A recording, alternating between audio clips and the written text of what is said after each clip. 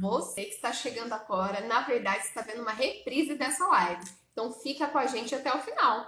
Hoje é uma convidada especial, é a Carol. Ela vai falar diretamente de Londres com a gente. Ela vai contar a sua história e da sua filha Júlia. Então fica com a gente, aproveita e já compartilhe essa live, por favor, com mais pessoas. A gente está tendo um probleminha hoje com o Instagram, então essa é a segunda tentativa, mas a gente vai conseguir, tá? Eu tô vendo que a Carol já tá entrando aqui, a Marcinha já tá com a gente, Marcinha tá em todas as lives, é a audiência aqui, né, Marcinha? E tem também as meninas que estavam entrando aí lá de Uberlândia, vamos ver se daqui a pouco elas já chegam com a gente aqui, tá bom? Vamos lá, deixa eu ver se eu consigo convidar. Eu vou tentar convidar aqui. Deixa eu ver aqui. Mandei o convite para a Carol. Vamos ver se vai dar certo agora. Vamos ver se agora Aê! vai? Agora vou. Agora foi. Oi, galera, desculpa aí. Esperar um pouquinho até todo mundo entrar. Mas eu vou falar para você que ultimamente está bem estável, né? O Instagram ele tá um pouquinho estável, então o pessoal que tá entrando aí, fica com a gente até o final. A gente só Né? tá começando, um probleminha técnico, tá bom? Olha, eu tô vendo que o Vinícius entrou aí, meu coordenador, lá de Extrema. A Carol, A minha amiga. Cíntia. A Nath de Isso. novo. Aê! Agora a gente tem a Carol, a Camila. Ai, que gostoso, gente. Isso aí, ó. Agora tá dando certo, né? O pessoal tá entrando. E, gente, aproveitem, né? Compartilhem aí Oi, essa live gente. para que mais pessoas lembrem, né? Que às vezes a gente fala, ah, tem a live, né, da minha amiga, acaba esquecendo, vai fazer janta agora, quem tá no Brasil. Liga aí, liga no Instagram, vai escutando enquanto isso, vai fazendo janta, lavando louça, né? Mas não perde, não, por favor. A Nath tá Olha lá, a falando que não Natália vai desistir. Oi, Bia. tá chegando a Valeu, turma aqui. galera. Ai, ó, eu acho que a gente pode começar Vamos. agora, né? Olha lá, boa noite aí para as meninas, para os meninos. Primeiro eu queria agradecer, né, a Carol de estar aqui, de falar de um assunto que é muito tabu ainda, né? É um assunto muito delicado, muitas pessoas ainda não estão preparadas para falar, né? Mas a gente precisa falar, ainda mais no momento aqui no Brasil, que a gente está falando sobre violência obstétrica, né? Um assunto que está, nossa, está gerando muita angústia, muita revolta. E aí, nesse momento, é importante também entender como que funciona fora do Brasil, né? Como são os modelos de assistência, né? Então, hoje a Carol vai estar conversando com a gente, vai contar sobre a sua história, sobre a história da filha dela, da Júlia. Depois você vai explicar um pouquinho sobre o seu perfil da Casa Mosaico, que eu achei show de bola. E eu quero que você fique à vontade, tá bom? A gente vai fazer um bate-papo e as meninas aí participem, tá, gente? Vamos, né, perguntar, que a Carol tá aí à disposição, ansiosa para responder as perguntas de vocês. Tá bom? Seja bem-vinda, Carol. Obrigada, obrigada, Cássia. Boa noite, pessoal. Alguns de vocês já me conhecem, outros me conhecem, conhecem a minha história, outros só me conhecem e não conhecem a minha história. E tem quem não me conhece e tá olhando pra mim falando quem que é essa maluca de cabelo colorido. Eu sou a Carol, eu sou mãe da Júlia. Eu engravidei ano passado através de fertilização in vitro. É, Eu sou sozinha, então assim, eu usei o sêmen de doador, né? Eu não tenho um parceiro nem nada. E eu fiz todo o meu tratamento de FIV, né? Como é que eles chamam? Fertilização in vitro, no Brasil. E voltei para a Europa em maio. Eu tava com 11 semanas. Aí, por conta do Covid e tudo mais, não tinha voo direto para o Reino Unido. Eu entrei em Portugal e aí eu fiquei quase um mês em Portugal, né? Eu fiz o meu scanner, o meu ultrassom do primeiro trimestre, o morfológico em Portugal, tudo normal, tudo perfeito. Nessa altura do campeonato eu já sabia que era menina, porque eu tinha feito aquele exame de sangue, né, para saber o sexo do bebê. E aí no ultrassom a médica confirmou para mim que era menina. Ela falou: não posso te dar com 100% de certeza, porque ainda é muito pequenininha, não sei o quê, mas tá sim com cara de ser menina. E era a Júlia, né? A minha Júlia, a minha Jujuba.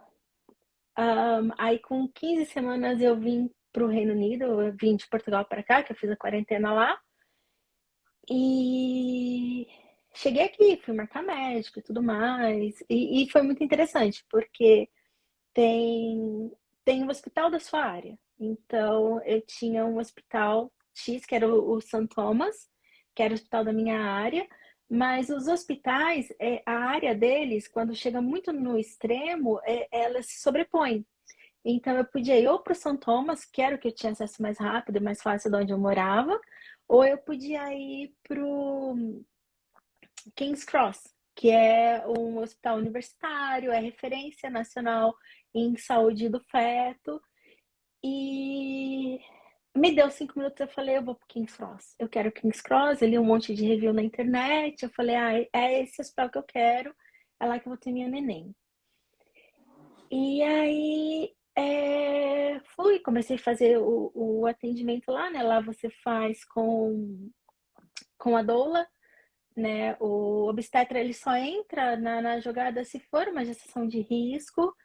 Do contrário, todo o processo, né? Todo o pré-natal é com a doula e até o parto também é com a doula, porque aqui é muito. Eles prezam muito o parto normal, né? O parto natural.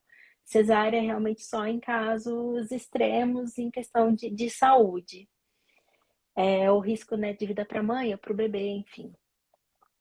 Aí comecei a fazer meu tratamento lá, tudo normal. A Júlia começou a chutar com 16 semanas. E aí, nessa altura do campeonato, eu parei de ter enjoo, eu comecei a ter azia. Eu tinha muita azia, assim, tipo, noite e dia, tudo queimando o tempo todo. E a bichinha pulando, feito um macaco, né? E eu comecei a chamar ela de macaquinha, né? Minha macaquinha. Que eu falava, gente, uma criança com esse tanto de azia que eu tenho, ela não vai ter cabelo só na cabeça, ela vai ter cabelo no corpo inteiro. E, e aí, tudo bem, tudo normal. Ela pulava pra caramba, coraçãozinho batendo, que era uma graça, tudo perfeito. E como todo mundo, né, inocente que eu era, eu esperei passar o primeiro trimestre para contar para todo mundo que a Nath está falando, um cenário completamente diferente do brasileiro, que é predominantemente cesárea. É o Exatamente. contrário, É o praticamente o contrário. contrário. É. Eu li uma estatística que o Brasil é o terceiro país no mundo que tem maior índice de cesáreas. Uma coisa absurda, assim. Sim. Beijo, Nath. É, e aí eu eu ia no pré-natal, ia neném pulando e coraçãozinho batendo, tudo perfeito. Aí eu esperei até 20 semanas para contar para todo mundo que eu estava grávida. Então, assim, esperei chegar no Reino Unido, eu esperei ir na doula, eu esperei passar para consulta, sabe? Todo mundo me assegurando que estava tudo bem, que estava tudo perfeito. E aí, com 20 semanas, eu contei. E assim, pouquíssimas pessoas sabiam que eu tinha feito tratamento, pouquíssimas pessoas sabiam que eu estava grávida. Nem meu irmão sabia que eu estava grávida, né? Eu vim embora do Brasil grávida, eu fui me despedir dele e tudo. Ele não sabia que eu estava grávida. Eu contei para ele daqui.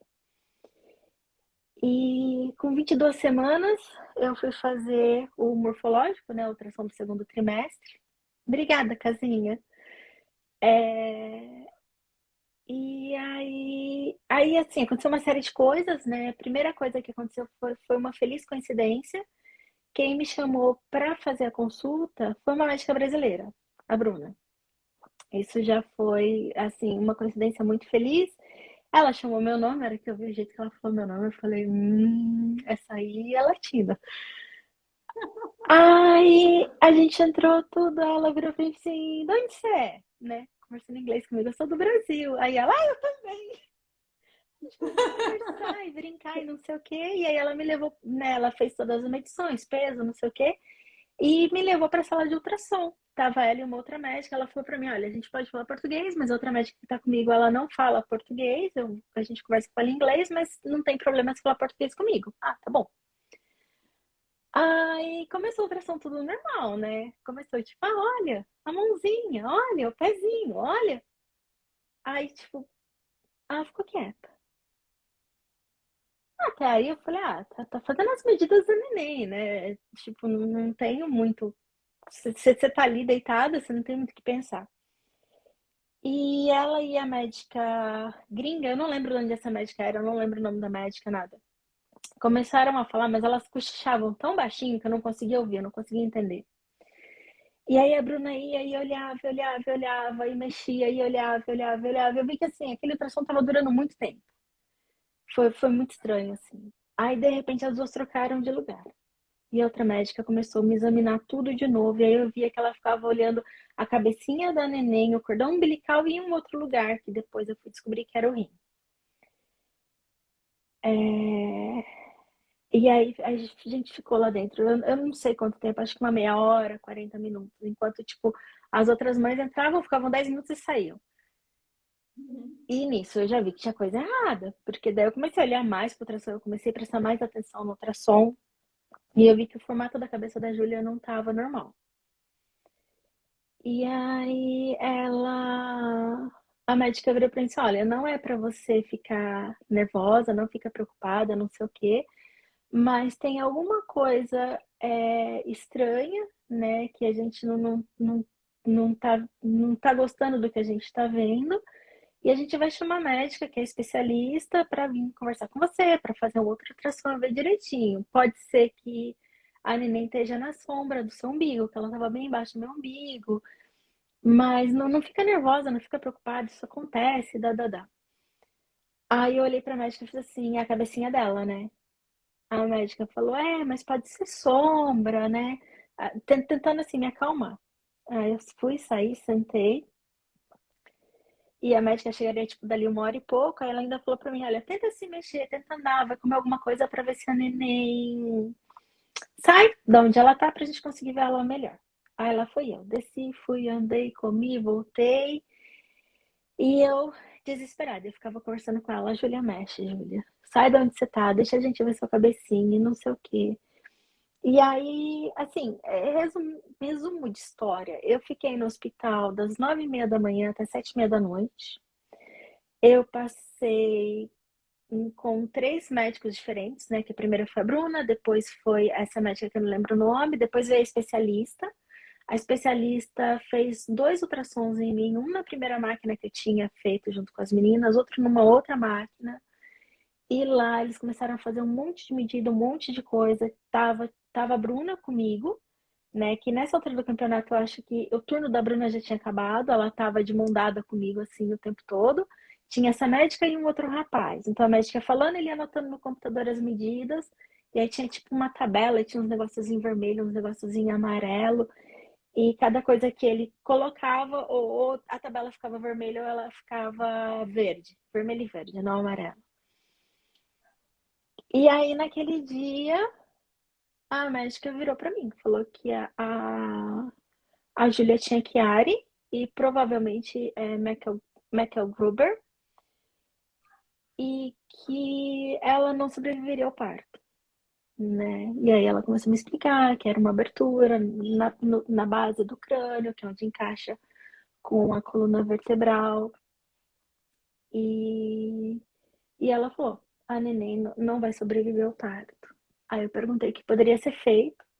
Aí ela falou, olha, a gente pode fazer uma ressonância, a gente pode colher o líquido amniótico para fazer teste genético, a gente pode fazer uma série de coisas, mas tem um limite pra gente que a gente pode chegar, porque eu não tenho a informação do pai, né? Ela veio de um doador, então assim, eu consegui investigar metade da linha genética dela, não toda. E assim foi, né? Eu fiz a ressonância, eu fiz o exame do líquido amniótico. E aí, quando os resultados voltaram, eu passei com uma geneticista, a geneticista repetiu tudo de novo, né? A condição da Júlia, me explicou com mais detalhes, porque daí eles tinham mais exames. E aí eu perguntei qual seria o prognóstico, ela falou, ela não vai sobreviver. E aí eu pedi para falar com um neuro, né? Um neuropediatra. E aí o neuro. Aí uns dias depois, eu não lembro quanto tempo depois, o neuro conversou comigo e, tipo, com cada médico que eu conversava, eu ficava, tipo, 1 hora e meia. E aí o neuro foi, me explicou tudo, né? Ele falou que já tinha mais de 40 anos como médico e que ele já tinha visto alguns bebês com o McGruber nascer e que, assim, ela viveria entre algumas horas e algumas semanas, se ela nascesse viva, né? Ele falou, olha, a maioria desses bebês não nascem vivos. Se ela nascer viva, ela vai viver de algumas horas a algumas semanas, não passa disso. Eu também já tinha feito a minha pesquisa, né? Eu, para pesquisar, eu fui em sites confiáveis, então, assim, eu pesquisei através do sistema de saúde daqui, que é o NHS, então eu pesquisei no site da NHS a doença dela, eu pesquisei em grupos de pais com filhos com doenças raras, e eu não encontrei nenhum relato de McGruber de criança que sobreviveu.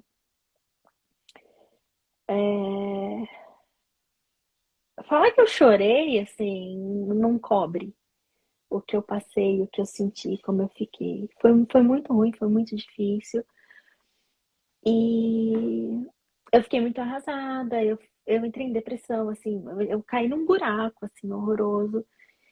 E, assim, tudo que eu mais queria de tela aqui era ter, sabe, um parto normal, era fazer meu plano de parto, sabe, ir na sala com a piscina, com meia luz, musiquinha tocando no fundo e tentar não usar nenhum tipo de anestesia, eu não queria. E de repente eu vou ter um bebê que vai nascer, que não vai chorar. Como que eu faço? Como? Não dá. Eu ficava pensando, tipo, quais as chances delas, né, com a cabecinha aberta, porque aí aquele tecido que cobre o cérebro, a meninge, já estava para fora, as chances de que se ela se desenvolvesse, o cérebro também sairia, né, apesar de que ali tinha um buraco grande no cérebro dela que não estava desenvolvendo como deveria, mas o que surgisse ali ia sair para fora. E aí eu ficava pensando, meu, se ela nascer de parto natural, eu mato essa criança na hora, ali passando, né, pelo canal. E aí foi onde que eu falei, eu quero uma cesárea. E os médicos aqui, tipo, não, não tem razão para isso. Eu falava, não, eu preciso de uma cesárea, eu não tenho condições emocionais de passar por isso.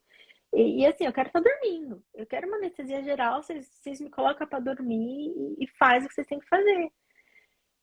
Aí, com muito custo, com muita conversa, aí me colocaram para conversar com a obstetra. A obstetra foi mais 1 hora e meia, ela conversou um monte comigo. Olha, esses são os prós, esses são os contras. É uma cirurgia de alto risco. Você não vai poder engravidar em 1 ano, porque é muito invasiva. E, eu tava no melhor estilo, não me importo.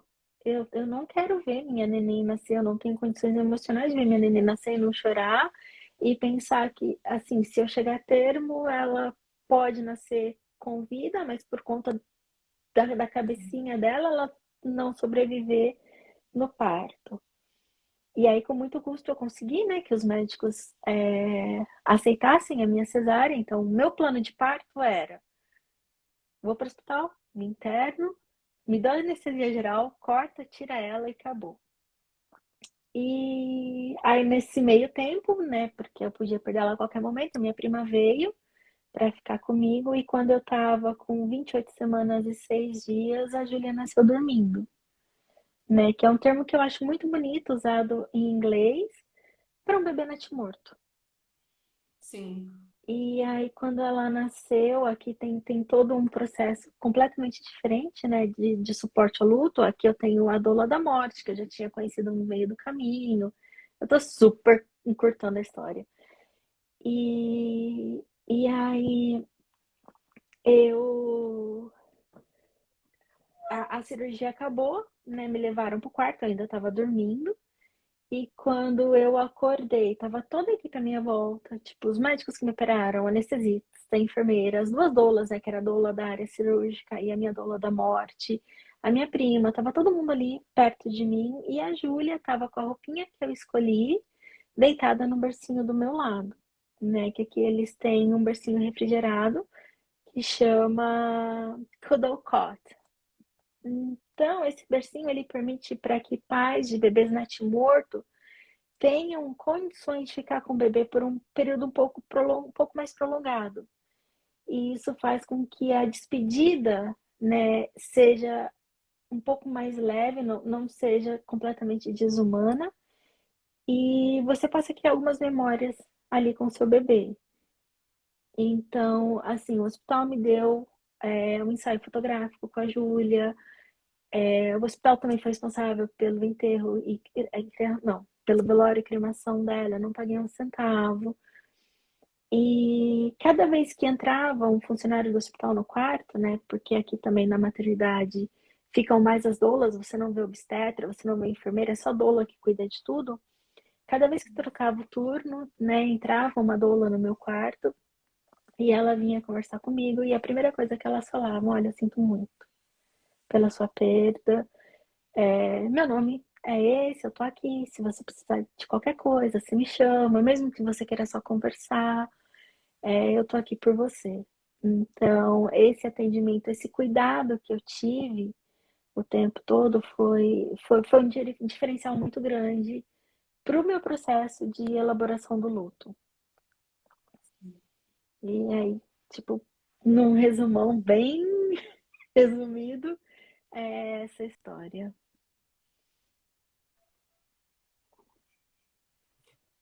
Deu uma travadinha aqui, mas voltou.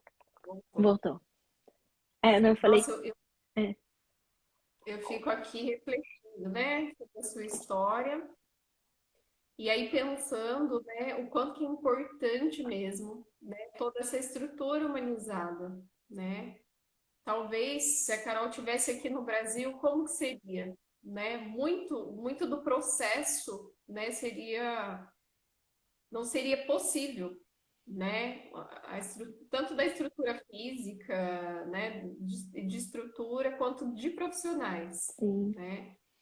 E a Ah, história da Ju, eu fiquei também pode, num pode. quarto separado dentro da maternidade. Eu fiquei na maternidade, mas eu fiquei num quarto separado. E numa ala em que aparentemente estavam as grávidas de alto risco. Então, assim, eu ouvi bebê chorando em dois momentos, mas comparado, né, com o que acontece no Brasil, que as mulheres são colocadas no quarto coletivo junto com as outras mães que acabaram de ganhar neném, não foi nada assim, foi dolorido, foi dolorido. Na hora que eu vi o neném chorando, eu queria me jogar da janela do hospital, eu queria, mas foi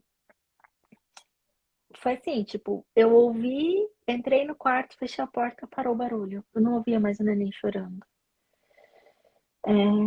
A Nath tá falando aqui, esse tempo de despedida é muito fundamental, faz toda a diferença no processo de elaboração do luto. Faz sim, Nath.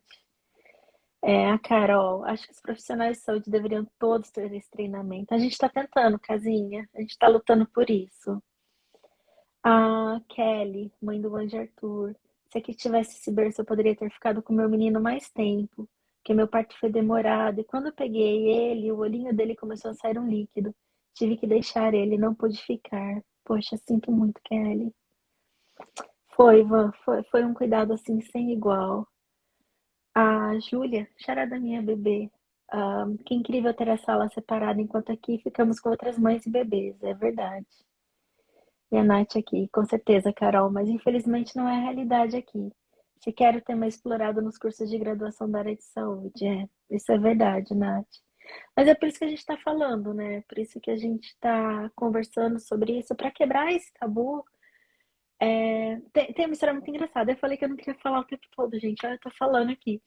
É, Carol, a live é sua, fique à vontade. E outra, é importante porque você está trazendo um modelo que funciona, né? Então, eu estou aqui para, né, para ser a ponte, né? E para eu aprender com vocês também, né, né? Com você, com outras mães aí, né, que estão participando, fique à vontade. né. Quando eu vim para o Reino Unido, eu vim para trabalhar como babá, né? Que eu já tinha trabalhado como babá nos Estados Unidos, na África do Sul. Então, assim, foi a maneira mais simples e mais barata que eu encontrei de migrar para cá. E aí eu entrei no grupo de mães da cidadezinha que eu morava. E eu tô nesse grupo até hoje, assim, é um grupo que eu tenho um carinho muito especial, né? E aí, uma das mães no grupo, tipo, eu tava aqui há uns 2 anos, eu acho, ela perdeu o bebê dela e ela teve a possibilidade, porque assim, com esse bercinho refrigerado, você pode levar até para casa e você leva o seu bebê para casa, você pode ficar com o seu bebê para casa. Eu não sei quanto tempo é permitido ficar com o bebê, mas assim, é a mãe, é a família que decide. Não, agora deu meu tempo e eu vamos enterrar, vamos cremar, vamos levar o neném pro necrotério. Né? O meu tempo foi mais rápido, mas eu conheço, eu já vi casos de mães que ficam 2, 3 semanas com o bebê. Eu não sei o tempo limite, mas elas ficam esse tempo para levar para casa, para a família poder conhecer, para quem tem outros filhos, para levar para os irmãos, enfim. E aí eu vi essa mãe contando essa história, que ela levou o neném dela para casa, e que ela chegou até a colocar o neném no carrinho que ela comprou pro neném e passear com o neném na rua junto com os irmãos, porque os irmãos eram muito pequenos. E os irmãos queriam passear, né, com o neném. E eu olhava aquilo e falava, gente, que coisa mórbida. Se um dia eu tivesse um neném, né, que fosse natimorto, eu acho que eu não ia querer nem ver. Mas esse tempo que eu tive entre receber o diagnóstico da Júlia e realmente perder a Júlia me fez pensar, me fez ver as coisas por um outro ângulo. Se eu não visse ela ali naquele momento, eu nunca mais ia ver ela, eu nunca mais teria a possibilidade de ver o rostinho dela, eu nunca mais teria a chance de sentir o cheirinho dela, de dar um beijo nela. E, e isso para mim foi, nem passou pela minha cabeça, tipo, eu não quero ver minha filha, sabe? É Sim. a coisa da morbidade e tudo mais, tipo, deixou de ser mórbido no momento que era eu ali com a minha bebê. E quando a gente fez as fotos, foi muito, muito, muito especial. Eu acho que assim, o tempo que eu fiquei no hospital, esse foi o momento mais especial, porque em um determinado ponto, eu esqueci que minha bebê estava morta. Parecia que ela estava dormindo, a gente estava fazendo ensaio de um recém-nascido. Então, foi uma coisa que me ajudou muito a elaborar, né, o meu luto. Tem me ajudado, na realidade, porque eu ainda sofro, né, eu ainda estou em luto, eu sinto muita falta dela, assim como todo mundo, mas se eu pudesse gritar assim para todo mundo, para quem tem filhos, para quem não tem filhos, veja seu bebê, fique com seu bebê, sabe? Pegue seu bebê no colo. Eu tô lendo aqui, eu não tô conseguindo acompanhar tudo, né, que o pessoal tá escrevendo, mas teve gente falando, eu só consegui ficar com minha filha por 10 minutos. Tem gente que falou, nossa, eu não consegui nem colocar uma roupa no meu neném, ninguém me falou que eu podia. E isso, gente, a culpa não é de vocês. A culpa é da equipe médica que não está preparada para isso. Vocês, enquanto mães, enquanto pais de bebês que não estão aqui, de bebês que nasceram dormindo, ou que se foram logo depois de nascer, vocês não têm culpa de não ter feito, de não ter visto o seu bebê, de não ter vestido ou ficado mais tempo com o seu bebê. É o despreparo das equipes médicas. E eu sinto muito por todo mundo que não teve a mesma experiência que eu, e é por isso que eu tô aqui contando a minha história e colocando a minha cara, porque eu quero ajudar a mudar essa coisa no Brasil, sabe? Eu quero que as famílias tenham dignidade quando elas perdem seus bebês, que elas possam ser tratadas com respeito, para dizer o mínimo. Sim, eu tô tentando também acompanhar, vi que a Raquel entrou aqui, né, na nossa live. A gente se conheceu através da Raquel, né? Sim, E, né, a história da Raquel, né, já diz muito, né, de falta de tudo, né?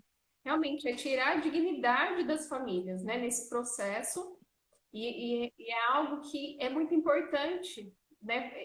Todo esse processo que você passou e tem passado, né, para elaborar esse luto, né? As pessoas não entendem que é importante, né? Precisa sim ter a lembrança, né? Se a mãe quiser, ela teria que ter esse direito, sim, né? De escolher roupinha, de fazer ensaio de foto, né?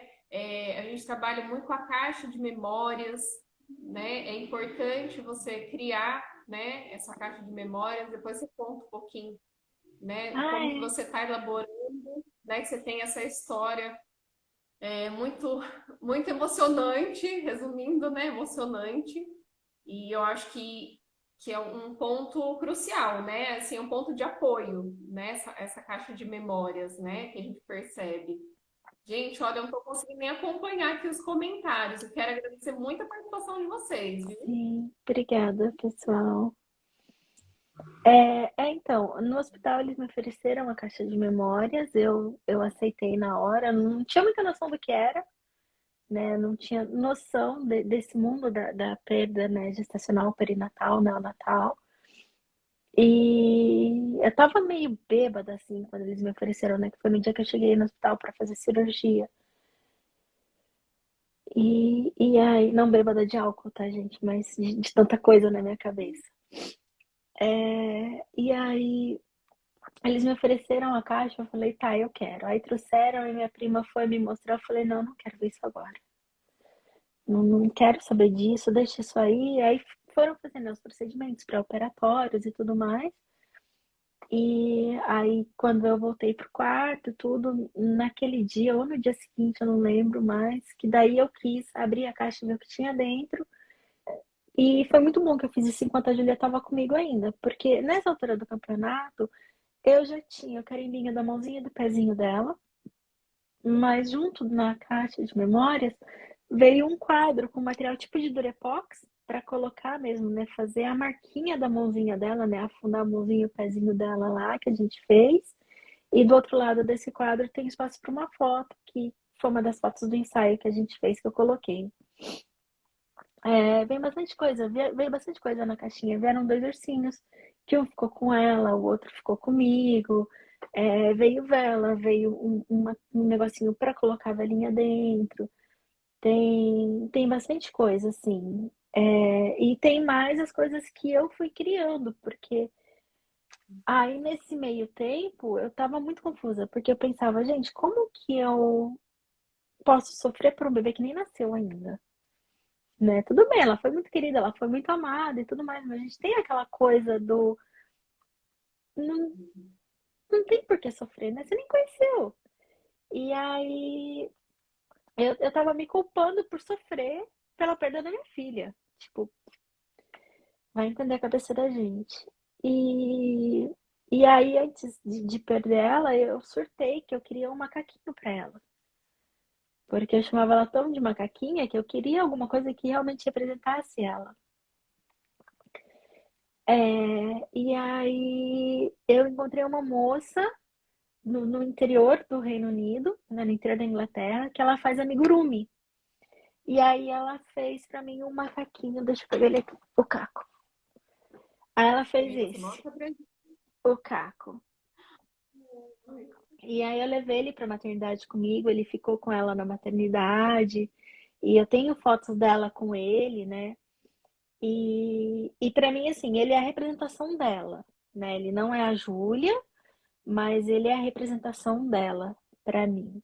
Aí também no meu processo de elaboração do luto, eu pedi para a moça fazer mais macaquinhos e aí eu consegui, eu comprei um dispositivo para colocar a batida do coração dela, que é uma das coisas que eu tenho gravada. Então, quando esse aqui não é o que tem, esse aqui é o dela mesmo, né? O meu tá ali longinho.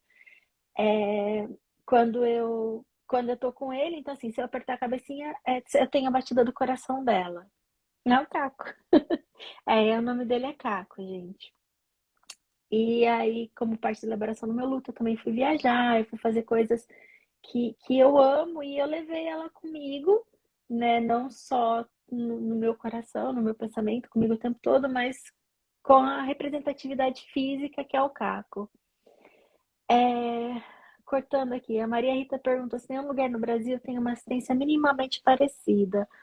Maria Rita, eu já escutei relatos, sim, de mães que tiveram dignidade, né, na perda gestacional neonatal e perinatal, mas não é um lugar comum.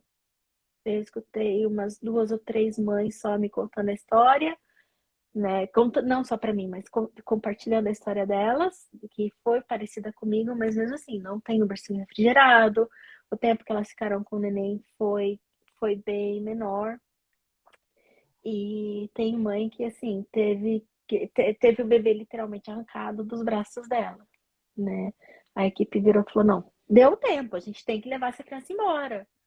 E a mãe ficou lá despedaçada, sabe? Se tivessem deixado a criança, sei lá, mais 2 ou 3 horas com a mãe, né? O bebê, talvez o coração dessa mãe não fosse tão despedaçado, mais do que já é de perder um bebê. Então, por mais que tenha alguns lugares que tem essa humanização, que não é comum, a equipe ainda não está 100% preparada. Eu acredito que ainda não tenha toda essa estrutura, viu? Vou até dar uma pesquisada mais a fundo, mas a princípio acredito que não, né? São alguns profissionais que estão se especializando, estão querendo entender, né? Mas ainda não há um movimento, né? Não se Uhum. fala sobre o assunto, né? Já começa por aí, não se fala, né? Não se trabalha isso com a população em geral, né? Então, fica muito difícil, né, de Fica. entender, né, todo esse processo. Então, é difícil porque os profissionais não conseguem nem se colocar no lugar, né, daquela mãe. Então, ela acha que tá bom, né? Que nem esse profissional foi lá e tirou, tá bom, né? Mas não é o tempo do profissional, é o tempo da mãe, né? O tempo da família, né? Tanto que é importante nessa questão do luto, a gente pensar que é muito relativo, né? As pessoas querem dar o tempo pra gente. Olha, já deu, né? Olha, já faz 1 ano, já faz 2, 3. Não sei se você sente essa cobrança, Carol. Sinto sim. Assim, eu tenho amigos que não entendem porque eu tô sofrendo, simplesmente ignoram o fato de que minha filha morreu e tentam me tratar normal, como era antes, sabe? Eu não ouvi um sinto muito, eu não ouvi se precisa de alguma coisa, nada. Simplesmente agem como se a Juliana. Isso me machuca muito.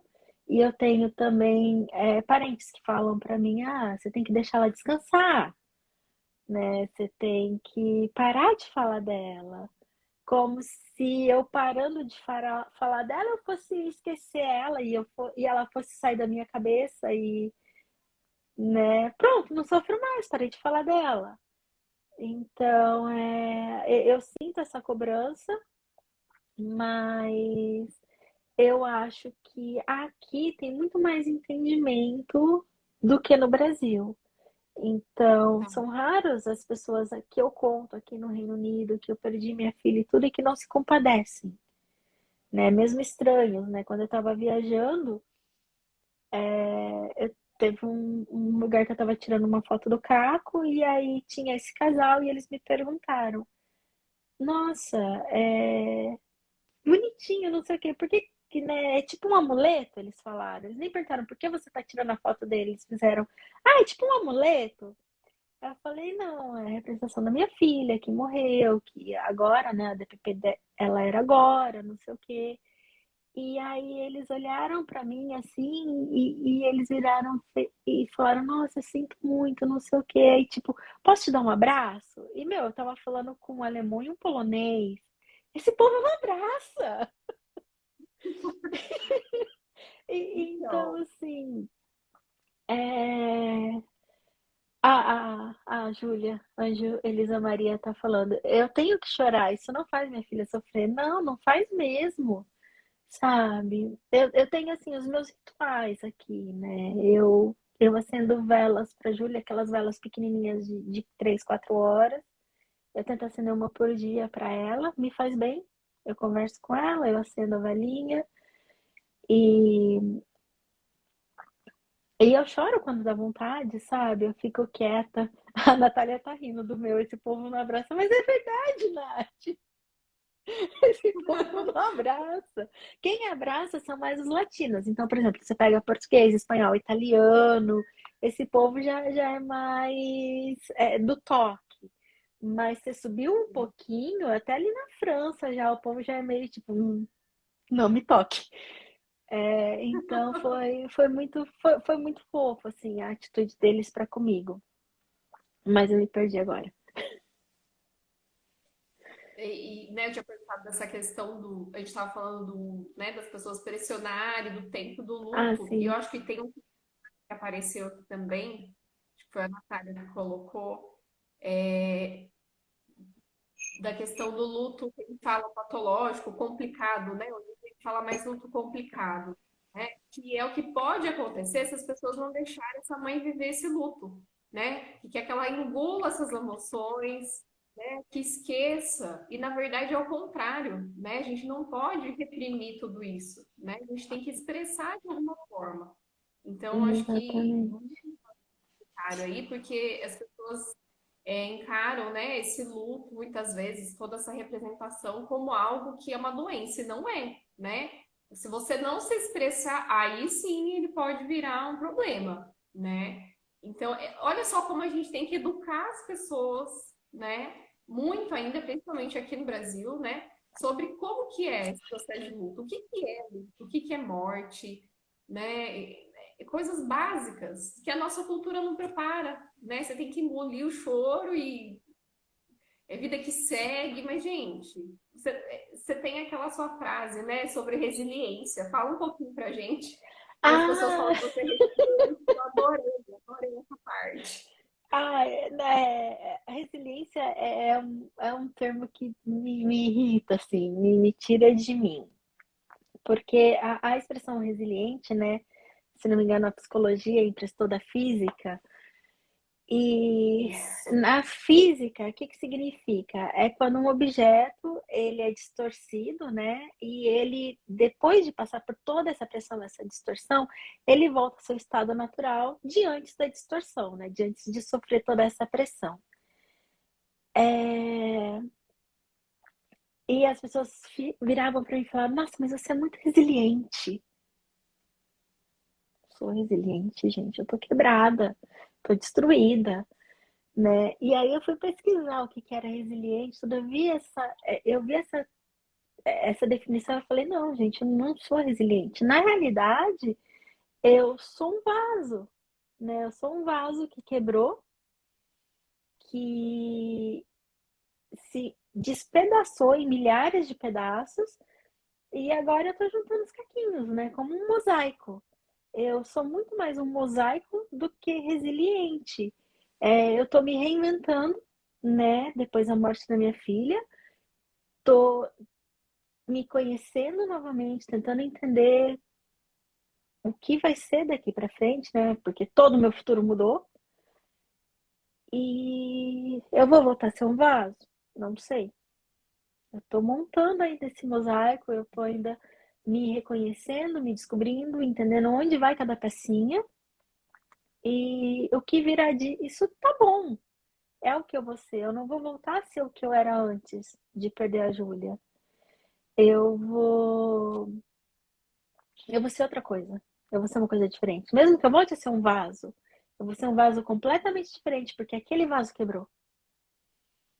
E é essa ideia do mosaico, da casa mosaico, que eu idealizei mesmo para compartilhar, tipo, as minhas ideias, os meus pensamentos, o que eu sinto e, e me ressignificar, né? Me reconhecer como uma pessoa, uma mãe que não está maternando. Sim, nossa, eu achei sensacional. E tanto que agora, depois, né, que a gente conversou, eu falei, gente, eu tenho que rever essa questão, né, de resiliência. Tem que tomar cuidado, começa a banalizar muito, né? Você tem que tomar até cuidado, porque não faz sentido mesmo, né? A Né? questão do mosaico.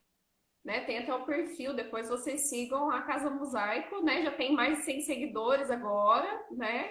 E espero que tenha muito mais. E a Carol tá postando muito material interessante lá, né? De acolhimento também, né?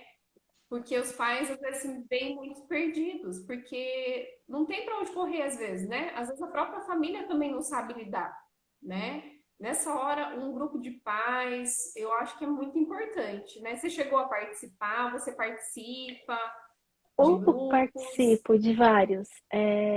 O primeiro grupo que eu conheci, o primeiro coletivo que eu conheci foi a Casa Mães para Sempre, né? Que é a da Lígia Aquino, que ela criou, né? Ela idealizou a Casa Mães para Sempre depois de perder a Laura, a bebê dela.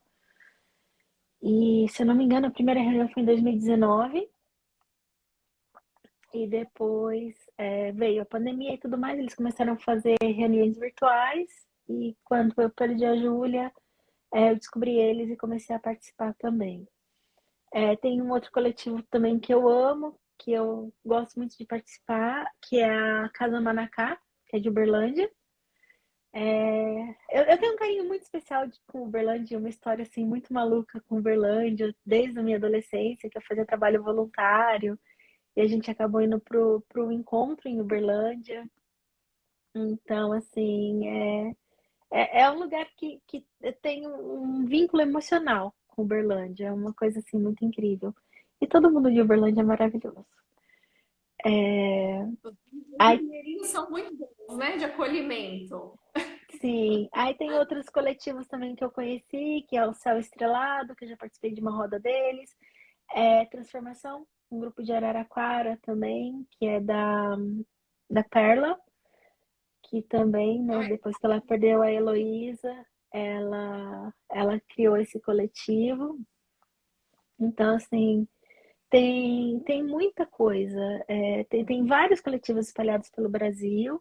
E a minha vantagem hoje é que esses coletivos estão fazendo reuniões online, né? E é onde que eu consigo sim. participar e é onde que eu tô aqui. A Fabi Lima falando aqui, tem o Kintsukuroi. Não sei se eu li certo, tá, gente? Que são os vasos japoneses que foram quebrados e colados com ouro, né? Que passam a ser outra coisa também. A Maria Rita falando que lembra do que eu tô falando, que eu fiz no verão passado, no Ana de Berlândia. Ela também estava lá. É, o pessoal da Casa Manacá tá falando que estão me esperando para comer um queijinho. Oba! Gente, eu acho que quando eu for pro Brasil, a próxima vez que eu for pro Brasil, eu vou ficar viajando o Brasil inteiro, porque assim, tem tanta gente para conhecer, tem tanta gente para encontrar. E o que eu sinto assim é que a Júlia, ela tá me trazendo muita coisa, de uma forma completamente diferente, mas ela tá me trazendo muita coisa. Eu sinto que, assim, a Júlia que me apresentou esse monte de gente, né? E eu falo assim, quem falou que eu não ia conhecer as mães dos amiguinhos da minha filha, Sim, sim, olha que né? legal. Então, aí tem a Raquel com a Melissa, tem a Fabi com os anjinhos dela, tem a Nath com a Elis, tem tanta gente, sabe? Outro dia eu recebi um presente, né, de uma mãe do grupo Casa Mães para Sempre, que ela mandou pelo correio para cá. Ai, gente, eu preciso mostrar. Ai, dá licença. Olha que coisa Gente, linda. É uma gente, folha, é uma folha de olha o árvore caminho. que é bordada com tecido. Ela é gigantesca, tá vendo? É maior que minha mão. E foi a mãe do Luiz que me mandou. E o Luiz, ele nasceu no mesmo dia que a Júlia, né? Então eu falo, né? Eles estão brincando lá no céu. E às vezes é muito incrível, porque eu tô aqui, eu tô mal, mal, mal, mal, mal, mamãe me chama.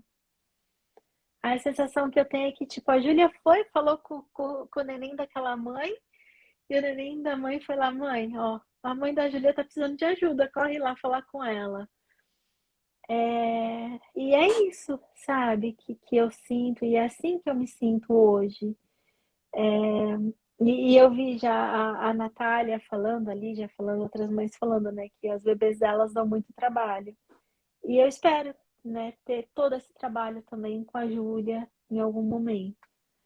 porque é a maneira de manter ela viva aqui com a gente, né? Com certeza, com certeza. Gente, que gostoso, né? Assim, a gente tá falando um assunto, mas você deixa tão leve, traz um acolhimento pra gente, né? E olha que interessante, olha que importante, né, essa rede de apoio nesse momento também, né? Porque essa rede de apoio às vezes vem de fora, né? Vem às vezes Sim, pessoas que você não conhece, né? Você vai conhecer, né? Você vai ter que fazer um tour, você vai ter que passar aqui em Bragança também, viu? Tem que vir aqui, né?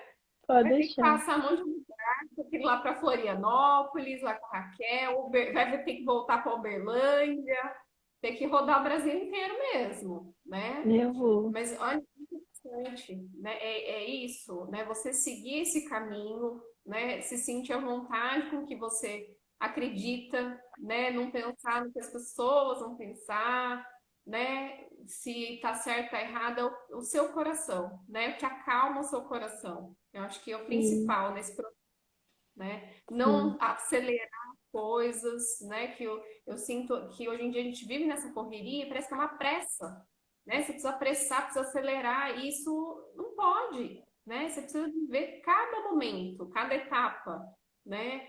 Então, eu acho muito importante mesmo a gente ter contato com realidades. Agora, né?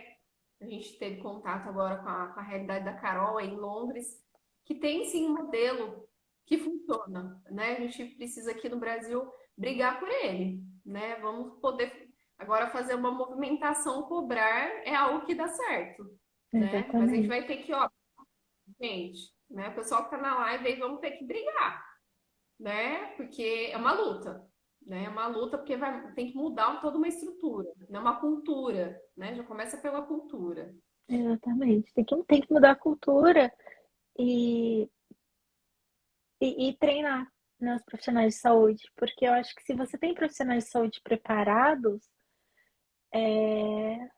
que acolham essa família no momento ali da perda, a, a dor vai ficar, sabe? A tristeza vai ficar, você vai chorar muito. Hoje eu tinha preparado tantos lencinhos, ó, que eu não precisei.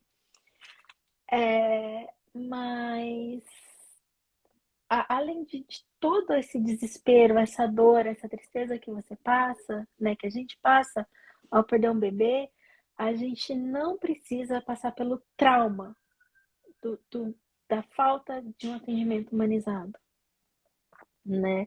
E aí eu não estou falando nem da violência obstétrica, que isso é outro universo que é uma coisa muito mais horrorosa, mas eu estou falando do trauma e da falta de respeito e de humanidade na perda mesmo, sabe? No luto Sim. daquela família que perdeu o seu bebê, não por conta da violência obstétrica, mas porque perdeu. Ou era como no meu caso, que tinha uma malformação, um problema genético, ou aqueles bebês que infelizmente o coraçãozinho para de bater. Tô falando desses casos, né? Porque Sim. quando entra violência obstétrica já é um outro universo e aí não tem como não ter o trauma. A coisa é muito, muito pior. Deu uma travadinha aqui pra mim, Carol voltou? Voltou? Voltou. Aí. Voltou. Tinha dado uma travadinha aqui, mas é normal, coisa de Instagram mesmo. Né? Ó, Galera, fala. deixa eu falar, já deu uma hora, viu, de live. Eu falei pra você que você nem ia perceber. É. O pessoal quer Carol falou, continuar? gente, vamos continuar. Coloca Pode aí no falar aí, chat. Carol. Não, coloca no chat se o pessoal quer continuar. Se o pessoal quiser continuar, a gente vai mais uma hora. Gente, coloquem aí. Vocês estão firmes com a gente continua aqui. Coloca pra gente aí. Eu brinquei com a cara, falei, olha, uma hora você vai ver, ó, vai passar rapidinho, você nem vai perceber. E passou rapidinho, tá vendo? É muito, Passou. né? É muita coisa para contar. Eu falei, conta uma história em 10 minutos. 10 minutos, você viu os 10 minutos, né? Pessoal, coloca aí, ó. Vocês estão firmes com a gente? Bora, Bora? A Natália tá bora. junto. Quem Olha aí mais? sim, Vem com hein? a gente. Ó, o pessoal agradecendo, né? Ah, eu que agradeço vocês terem vindo, galera, e tá me ouvindo aqui falar por uma hora. E assim, se tiverem alguma pergunta, quiserem colocar no chat, pode colocar, eu respondo, não tem problema nenhum. Se vocês quiserem seguir Casa Mosaico, a Casa Mosaico, que é esse perfil que eu tô falando agora, pode seguir também, por favor. Mandem perguntas no DM lá, se vocês não se sentirem confortáveis de perguntar aqui no chat. Eu tô aberta e tô disposta a responder e ajudar todo mundo que precisar. Ah, Gabi, Posso? Gabi Vanderlei. Oi. Deixa eu só fazer uma pergunta para você Uhum. em relação à licença maternidade. Ah, sim. Eu fiquei na dúvida, até falei, se eu puder pesquisar, né, como que funciona aí a licença maternidade quando acontece, então, essa perda gestacional, né? Ah, Eu sim. acho que é É, então, a licença maternidade, se você perde um bebê a partir de 24 semanas, você tem direito a todos os benefícios como se você tivesse tido um bebê que nasceu vivo. Então, como é que funciona a licença maternidade aqui? A licença maternidade pode chegar a um ano. Então, assim, todas as mães têm direito, né, por lei, de até um ano de licença maternidade. Mas o salário não acompanha esse um ano. Então, assim, nas primeiras 6 semanas, a gente ganha 90% do salário que a gente recebia. E a partir da sétima semana, até completar 9 meses, acho que são 33 semanas, você ganha ou 90% do seu salário ou 650 libras por mês, o valor que for menor, tá? E aí, do nono mês até o 12º mês, você não recebe nada em termos financeiros. Mas a vantagem é de poder ficar até um ano com o bebê em casa, né? Se você tem um parceiro, que o parceiro consegue bancar as contas e tudo mais, é um negócio que ajuda pra caramba.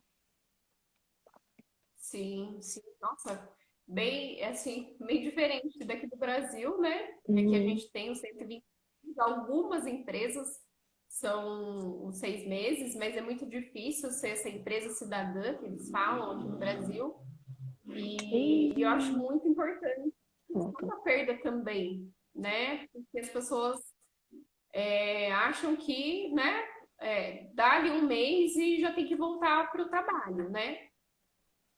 Voltou aí, deu uma travadinha. Tem que voltar para o Deu, trabalho voltou. e tá tudo certo. Não, né? Essa mulher ela precisa elaborar esse luto, né? Às vezes ela passou mesmo por um procedimento cirúrgico, né? Quem foi seu caso? Ela passou por uma cesárea, então precisa ter todo um cuidado.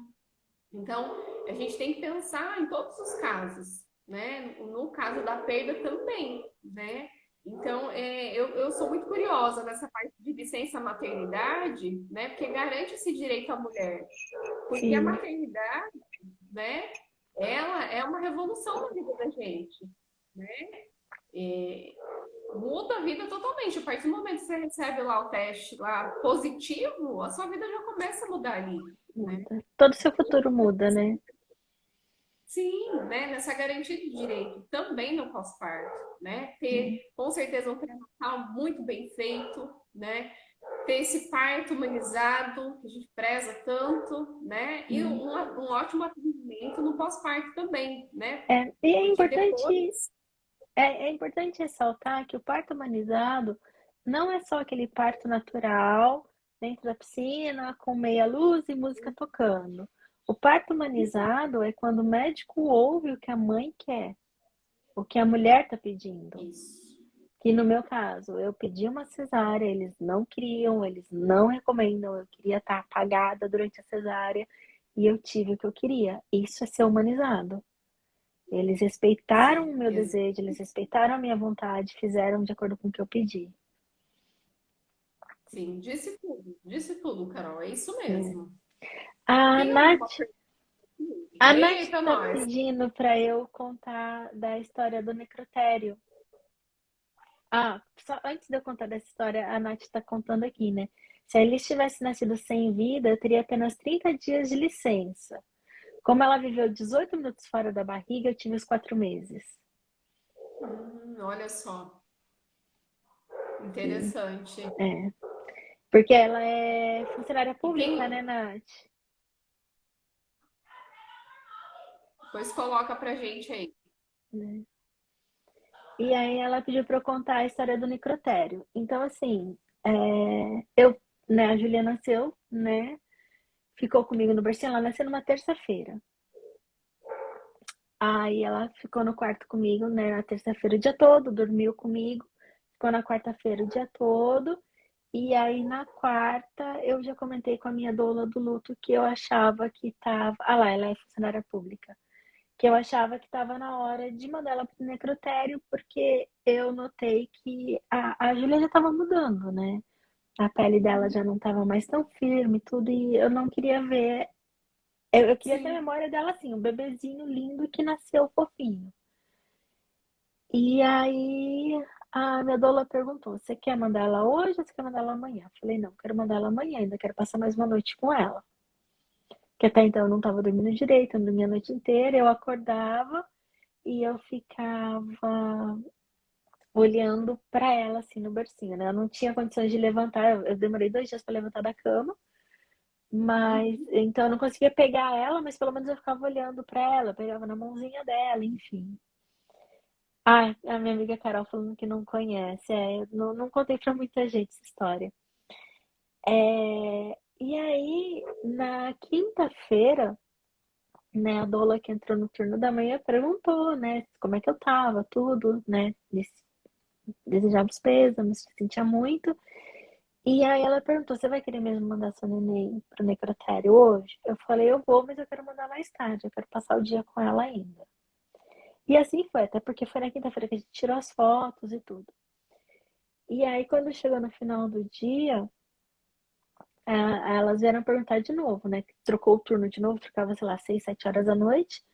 E aí a outra doula veio, né? Todo o mesmo processo e falou e perguntou se eu queria mandar a mesma Júlia pro necrotério. Aí eu falei que sim. Ela falou: então tá bom, fica aí, fica calma, mais tarde a gente vem buscar ela, né? Deixa eu pegar o turno, tudo direitinho, mais tarde eu passo aqui.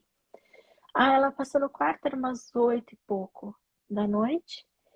E aí, de novo, ela perguntou se eu estava pronta, se eu queria que a Júlia fosse pro necrotério. Aí eu falei que sim. E o bercinho, ele é bem pequenininho, assim, tipo, era do tamanho dela. E ele tinha uma tampa. E até então a gente não tinha colocado a tampa no bercinho, né? Porque é como realmente se fosse uma geladeira, né? Pra manter o corpinho do neném fresco. E aí ela pegou a tampa. No que ela pegou a tampa, a minha prima já tinha falado que não queria ver colocar a tampa em cima do bercinho. E eu também não queria. Aí no que ela pegou a tampa, minha prima virou pra ela e assim, quase chorando, fez assim: você pode não colocar a tampa aqui dentro? Aí ela olhou Ah, pra mim, né? Eu falei: eu também não queria ver você fazendo isso. Aí ela: não, não, não, não tem problema. Aí ela catou a tampa, levou pra fora do quarto, tirou a neném no bercinho, levou pra fora do quarto. E aí lá fora ela fez, né? Provavelmente acredito que ela tenha colocado a tampa e levado a neném pro necrotério. É, a Júlia nasceu dia 24 de agosto. Então, o dia que eu mandei ela pro necrotério foi dia 26, né? Que foi 2 dias depois. E eu tava muito assim, tipo, eu sei que eu preciso mandar ela pro necrotério, mas eu não sei se eu quero mandar ela agora pro necrotério, porque eu não vou ver ela de novo. E aí a minha doula da morte virou pra mim e falou: não, olha, você pode visitar ela no necrotério, né? E se você não se sentir confortável, enquanto você estiver no hospital, a gente ainda pode trazer ela do necrotério pra passar o dia com você. Ela vem de manhã e volta de noite. Aí eu falei: tá bom então. Aí ela foi, aí passei, aí na sexta-feira eu passei o dia no hospital, aí a minha doula da morte veio e falou pra mim, eu nem cheguei no necrotério ainda, que clinicamente falando eu já estava pronta para ir para casa, mas que eu teria alta quando eu me sentisse confortável, né? Se eu quisesse ir para casa naquele dia eu podia, se eu quisesse ficar no hospital mais uns dias eu podia. Aí eu pedi para ficar mais uma noite e acabei saindo do hospital no sábado. E aí eu conversei com a minha doula e falei: eu quero visitar a neném. Eu quero ver ela no necrotério. Aí a doula falou: tá bom. Aí você tem que marcar um dia, um horário, tudo certinho, e eu teria 30 minutos para ficar com a neném ali no necrotério. E eu marquei uma semana depois, eu saí num sábado, na sexta-feira seguinte eu fui ver a Júlia. E foi muito pesado, assim, foi muito, muito triste, e eu tava com muito medo. Quando eu cheguei no hospital, que eu encontrei a minha doula, eu virei pra ela e fiz assim: o que que eu devo esperar? Aí ela falou: você tá com medo que a neném tenha mudado? Eu falei: também. Porque eu não sabia nem do que eu tava com medo, mas na realidade, o meu maior medo era chegar no necrotério e ser aquele negócio bem de CSI, sabe? Tipo, ter aquela geladeira, naquela parede cheia de geladeira, cheia de gaveta, eles puxam a gaveta, tá aqui só neném, né? Com a etiquetinha no dedo do pé. E eu tava com medo daquilo também, eu não sabia o que esperar, não sabia o que ia acontecer. Aí eu peguei, cheguei lá, ela me levou para uma salinha, né, dentro do necrotério, mas assim, é muito diferente do que é no Brasil, era um complexo gigantesco, conectado com o hospital, enfim. E ela virou pra mim, ah, você espera aqui, que era tipo uma sala, foi lá dentro e voltou. Ela virou pra mim, ah, Julia, tá perfeita, tá do jeito que você deixou ela. E aí eu fui atrás dela, onde ela tava. E a Júlia tava num quartinho, que podia ser um quartinho de neném, pintado de cores neutras, mas cores mais coloridas, sabe? Tipo, tinha um rosa queimado, tinha um verde bem levinho, cada parede de uma cor bem coloridinho. Ela tava num berço, gente. Não era um bercinho refrigerado, era um berço, com um protetor, com lençol, com um véu. Aquilo podia ser o quartinho dela, sabe? E, e aquele dia foi a primeira vez que eu fiquei sozinha com ela, que eu sabia que assim, eu não seria interrompida, que ninguém ia entrar ali, que ninguém ia chegar, que ninguém ia me atrapalhar. Eu sabia assim que eu tinha 30 minutos só eu e ela, que ninguém ia vir me dar remédio, que minha prima não ia chegar, enfim. E aí, naquele dia eu chorei. Nossa, eu chorei como no dia que eu tinha recebido o diagnóstico dela. O lencinho valeu. Eu peguei ela no colo e eu conversei muito com ela. Eu pedi perdão para ela, eu contei para ela o quanto ela é amada, o quanto ela foi desejada, quanto eu queria ela aqui, mas eu sabia que ela não veio para ficar. E eu chorei muito. Nossa, eu chorei, chorei, chorei. Muito assim. E aí naquele dia eu cantei para ela um pouquinho e aí quando deu meia hora, a doula, né, a doula da morte entrou e falou para mim que já tinha dado meia hora, que eu precisava ir embora. E como era o hospital que ia fazer o velório e a cremação dela, eles só fazem uma por mês. E a do mês de outubro já estava cheia. Não tinha vaga para fazer para encaixar a Júlia. Num primeiro momento eu achei muito bizarro. Tipo, meu, eu não quero que ela fique tanto tempo no necrotério sozinha. Mas eu não tinha muita escolha. Ou era isso, ou eu tinha que pagar um absurdo para poder enterrar ela eu mesma. E eu não tinha essa grana. A grana que eu tinha, eu torrei toda no tratamento. E aí, tipo, vai ficar lá, né? E eu comecei a visitar ela toda semana. A Natália também tá de lencinho. Obrigada, Marcinha. É, Aí eu fui visitar ela toda semana. Eu visitei ela 4 vezes. Aí na segunda vez que eu fui visitar ela, eu cantei pra ela de novo. Eu contei a história que eu comprei um livro pra ela, né? Antes até de fazer a transferência, eu comprei um livro pra ela que era 80 histórias, Volta ao Mundo em 80 histórias. Aí eu levei o livro, eu li pra ela, conversei com ela sobre a história, como eu fazia quando ela estava na minha barriga. Eu comecei a ler pra ela com 19 semanas. E, e aí esse dia foi mais leve. Eu chorei um pouco, mas não me matei de chorar, né?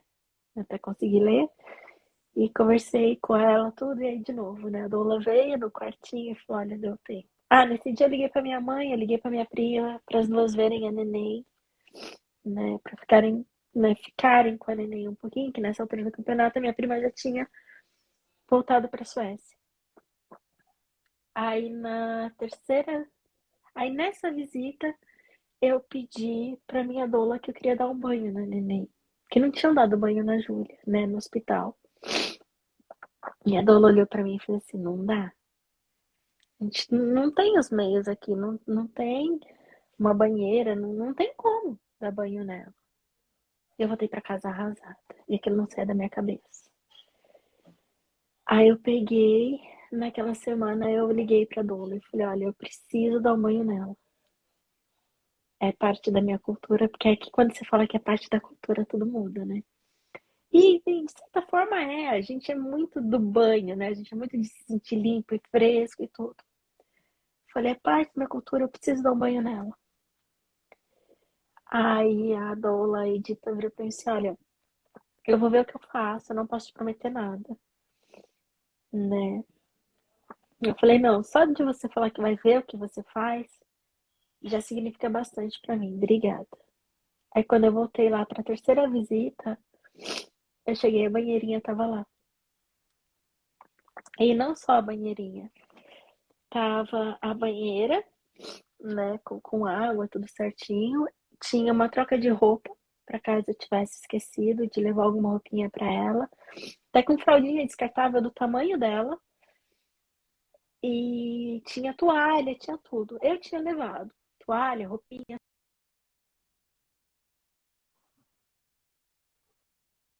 só até isso eles pensaram. Tanto que a hora que eu fui colocar o gorrinho nela, o gorrinho que eu queria colocar nela não serviu. E tinha tipo uns 4, 5 gorrinhos diferentes para escolher um para colocar nela. É, é muito cuidadoso. Ah, esqueci de falar. Na primeira visita, quando a gente saiu do necrotério, eu virei pra Edita, né, que era a doula da morte, e eu falei: Edita, obrigada, né, pelo carinho, obrigada pela forma que vocês me apresentaram a ela. A Edita virou pra mim e falou assim: Carol, é nosso bebê. E isso, tipo, aqueceu meu coração, sabe? Aí, essa foi a terceira visita que eu dei o banho nela. Aí, na quarta visita, durante a semana, eu conversei com um amigo meu, que é padre aí no Brasil, e eu pedi para ele fazer uma oração por ela, assim, com a gente ali junto. E ele super se dispôs, eu cheguei lá, tipo, era 7 horas da manhã no Brasil, mesmo assim, ele estava acordado, tudo, ele fez a oração. Foi uma coisa muito simbólica para mim, assim, eu precisava daquilo. E aí, nesse dia, eu liguei para minha mãe se despedir dela, porque seria a última vez que eu viria ela, já era finalzinho de outubro, e o enterro dela seria. Não, finalzinho de setembro, o enterro dela seria 5 de outubro. E aí ela. A minha mãe se despediu dela também, eu me despedi dela. Nesse dia a doula deixou eu ficar mais um pouquinho. E nessa visita eu já não chorei, né? Deu uma choradinha assim, mas não foi nada igual das outras vezes. E aí foi quando eu me despedi dela, né? Foi a última vez que eu vi ela. Que aí no dia do enterro, o velório foi muito curtinho, foi só 15 minutos. E tinha outros bebês também para serem velados. E ela. O caixãozinho é fechado aqui, né? Você não vê a pessoa dentro do caixão. Então eu não vi ela. Eu vi o caixãozinho, mas eu não vi ela no dia do enterro dela. E é isso. Então, assim, isso tudo foi me ajudando a elaborar meu luto. E nesse período todo, eu ainda não estava fazendo terapia, eu ainda não conhecia as casas de apoio, que eu fui conhecer a Casa Mães já no finalzinho de setembro. E, e aí, e isso tudo assim, eu fui elaborando meu luto sem nem saber o que eu estava fazendo. Foi uma coisa assim muito que veio muito naturalmente para mim. né? Que ainda tá vindo, a elaboração do meu luto ainda tá vindo. No velório dela, a gente levou balão de hélio e eu fiz uma transmissão ao vivo pelo YouTube, né? Eu convidei a minha mãe, né? Na realidade, acho que só minha mãe ia aparecer. Mas eu chamei minha mãe, né? A transmissão era principalmente pela minha mãe, mas eu convidei alguns amigos, eu convidei alguns familiares, pessoas assim que eram muito queridas para mim, que eu gostaria que estivessem lá, e tava todo mundo. Tipo, o velório da Júlia foi 5 horas da manhã no Brasil. As pessoas acordaram para participar do velório da Júlia. Isso também para mim foi muito significativo. E sem falar dos meus amigos aqui, né? Que daí eu convidei alguns amigos aqui que para não sozinha. Os meus amigos também foram. E, e aí depois, aí os balões estavam, né, dentro do velório, eu deixei lá dentro, perto do caixãozinho dela. E aí quando terminou o velório, a gente levou os balões para fora e a gente soltou. E foi muito bonito, assim, foi muito significativo para mim. Tudo isso e a forma como eu ainda estou elaborando o meu luto, né? Aí quando eu entrei no Casa das Mães, no Casa Mães, que eu comecei a participar das rodas, aí que eu percebi por que que eu estava sofrendo, aí que eu percebi que todos os rituais que eu fiz, né, tanto no hospital quanto no necrotério, era a elaboração do meu luto. A Carol tava no enterro da Júlia. É, e foi uma coisa. E tá sendo muito especial, né? Até minha viagem, que daí eu fui pra Islândia pra passar a DPP dela em meu aniversário, que a DPP dela era 3 dias antes do meu aniversário. E tudo isso tá sendo muito significativo pra mim e tá sendo muito, muito especial, sabe? É uma maneira que eu tenho de manter ela viva comigo. Com certeza, né? E, nossa, até me arrepia aqui, né? O quanto que a gente, né, te agradece de você abrir seu coração, né? A gente tá numa live aqui, né? Mas você tá abrindo o seu coração, contando a sua história, a história da Júlia, né? Olha o quanto que a Júlia, né, tá proporcionando aqui pra gente, né? O fato da gente estar se conhecendo aqui, de você poder compartilhar a sua história, né? Todo esse seu processo, né? Tudo que você passou, né? E eu agradeço o pessoal aí também, né, que tá com a gente até o final aqui, né, que aguenta, né? E é isso, né? A gente é uma ajudando a outra, né? Nesse universo da maternidade, né? Porque todas são mães aqui, Sim, né? todas somos mães. Esse universo, todas são mães, né? A gente tem que se ajudar, a gente tem que acolher mais, né? Julgar menos, né? É que a gente não pode se abraçar, né? Mas se eu tivesse aí, já dava um abraço na Carol já, Ai, né? gente, Sem olha, vocês estão né? ferrados, porque quando eu for pro Brasil, eu vou querer tanto abraço, que vocês vão ficar todos sem braço. Com certeza. Ah, eu não vou ligar, não, vou adorar, viu? Mas, ó, combina mesmo. Quando você for vir, você vai ter que fazer uma agenda, porque senão, né, a gente vai ficar bravo. Se eu não passar aqui, eu não for lá na Uberlândia, o pessoal vai ficar bravo, né? Sim. Ó, o pessoal colocando aqui, espero que cresça esse movimento. Sim, vai crescer sim, né? Olha lá, a Márcia quer um abraço. Precisamos disso no Brasil. Oba. É isso mesmo, gente. E a Hum, gente vai precisar de vocês, né? Todo mundo aí compartilhando, né? Falando sobre o tema, né? Cobrando melhorias. Esse ano aqui no Brasil a gente tem ano de eleição, né? Então é um ano também bem pesadinho, mas às vezes, né? A gente ainda tem que ter um pouco de esperança, né? Pensar bem nessa hora, que a gente precisa de muita gente representando, né?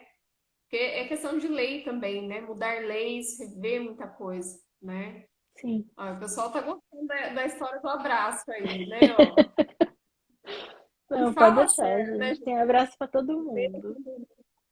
No meio de uma pandemia ainda, né? A gente esqueceu né, de refletir que tá no meio de uma Não, mas pandemia, né? Que você eu passou por não vou tudo agora, né? Foi tudo no meio de uma pandemia.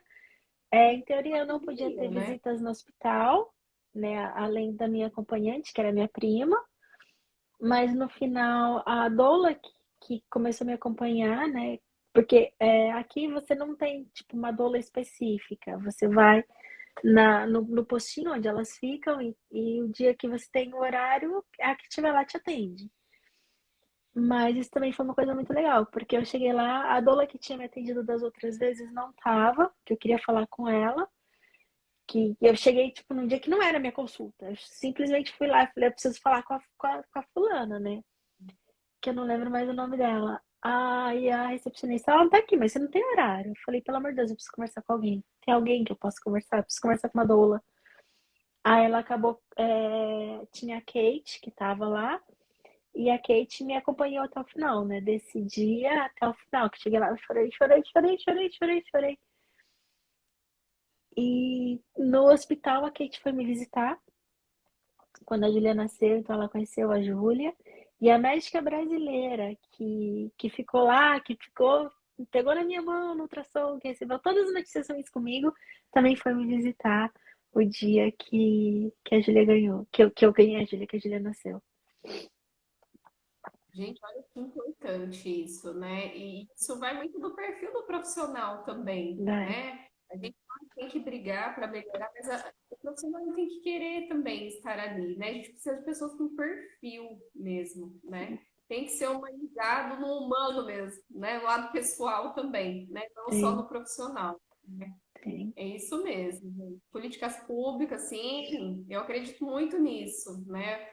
Eu Sim, trabalho muito na assistência social, tô nessa área pública, então por isso que eu brigo muito aqui no Instagram, né? Para a gente pensar no coletivo, né?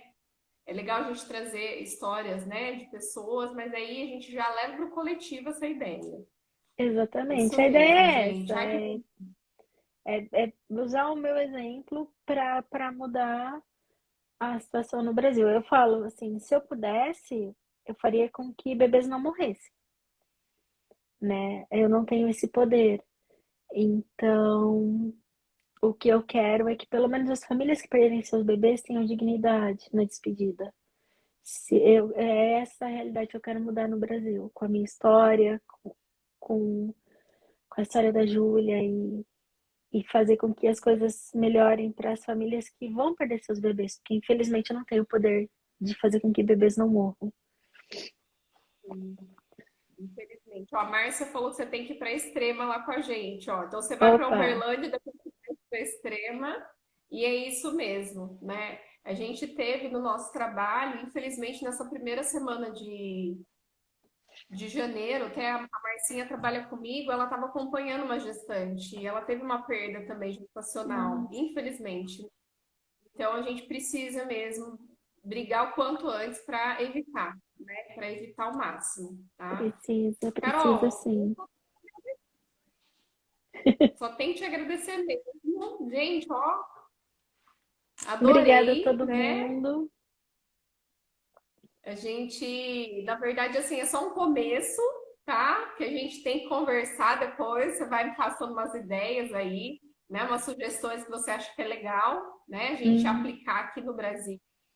E é só o começo, tá? A gente exatamente. monta essa parceria, né? Que nem eu falei com a Raquel, vamos fazer uma parceria e a gente não vai deixar esse assunto morrer, a gente vai, né, compartilhar, vai, né, se alguma das meninas quiserem aí compartilhar também, quiser conversar, fazer live, a gente está aqui à disposição, tá bom? Tá ótimo. E, gente, meu Instagram tá aberto. Quem quiser me adicionar lá, quem quiser me seguir, quem quiser perguntar alguma coisa no privado, sinta-se à vontade, seja bem-vindo.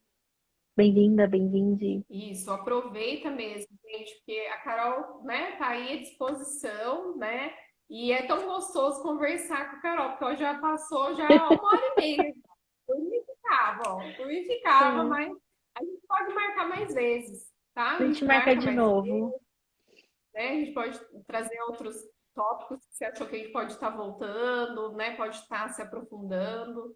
Mas, nossa, eu Sim, tô assim com meu coração, né? Ele fica um pouquinho apertadinho, mas está aquecido, né? sim, sim, né? Tá bom? Tenha uma Obrigada, boa noite, eu. bom Obrigada. descanso. Fala. Tá bom. Você também, para todo mundo. Beijo, gente. Beijo, gente. Boa noite. Boa Boa noite aí pra noite. vocês. Fica com Deus, viu? Tchau, tchau. Obrigadão. Tchau, Tchau. tchau.